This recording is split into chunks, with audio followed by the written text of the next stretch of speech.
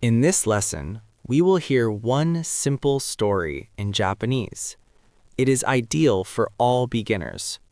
First, we'll listen to the story with Japanese subtitles. After that, we'll listen to the story with English translation. Finally, we'll listen to the story one last time without any subtitles. お父さんと息子が柵の前に立ちます。息子は怒っています。息子は友達に悪い言葉を言います。お父さんは釘を上げます。怒ったとき、釘を打ちます。息子は釘を打ちます。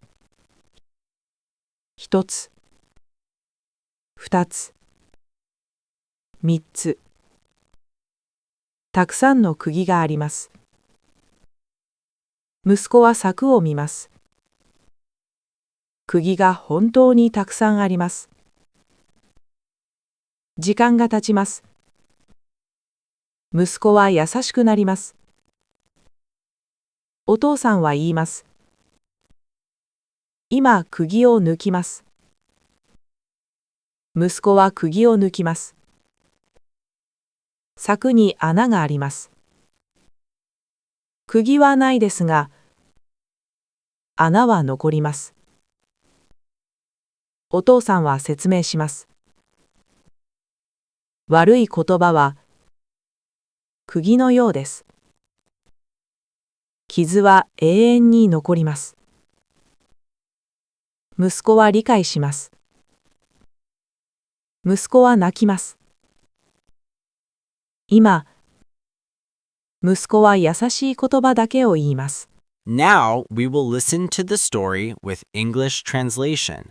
Try to repeat after the presenter. お父さんと息子が柵の前に立ちます。A father and son stand in front of a fence. 息子は怒っています。The son is angry. 息子は友達に悪い言葉を言います。The son says bad words to friends. お父さんは釘をあげます。Dad gives him nails. 怒ったとき、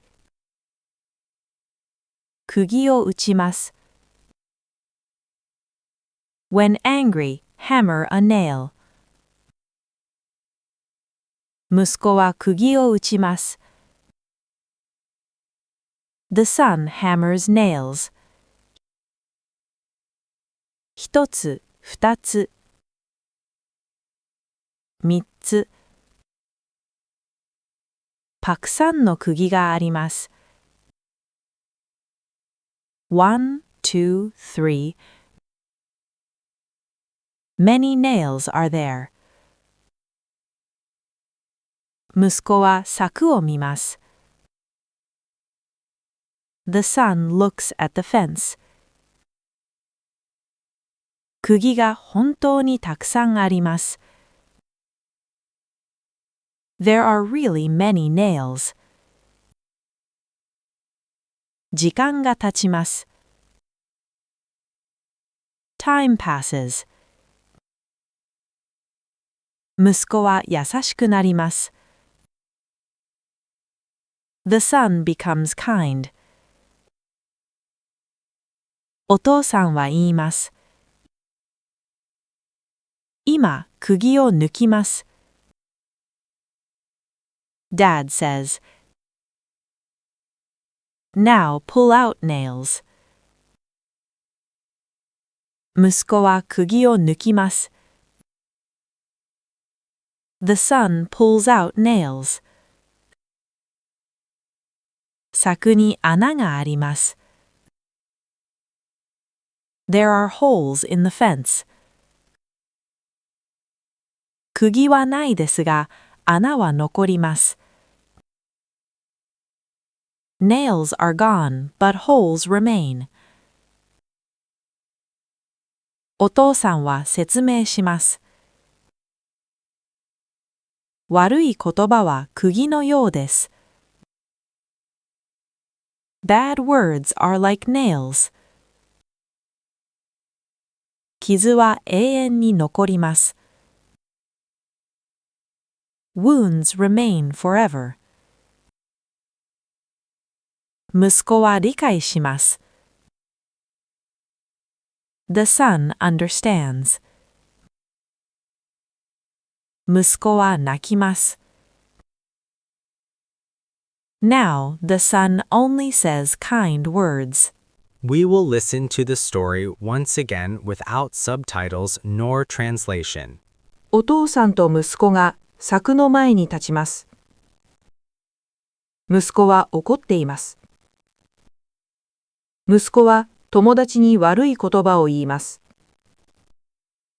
お父さんは釘を上げます。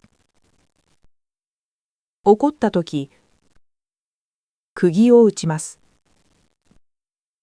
息子は釘を打ちます。一つ、二つ、三つ。たくさんの釘があります。息子は柵を見ます。釘が本当にたくさんあります。時間が経ちます。息子は優しくなります。お父さんは言います。今、釘を抜きます。息子は釘を抜きます。柵に穴があります。釘はないですが、穴は残ります。お父さんは説明します。悪い言葉は釘のようです。傷は永遠に残ります。息子は理解します。息子は泣きます。今、息子は優しい言葉だけを言います。Now, time for some easy questions to improve your vocabulary. You may give your answers in the comments section. お父さんは息子に何をあげますか？ What does dad give to the son? 柵に何が残りますか？ What remains in the fence? 悪い言葉は何のようですか？ What are bad words like?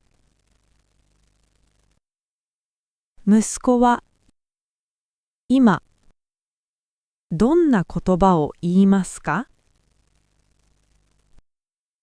What words does the son say now?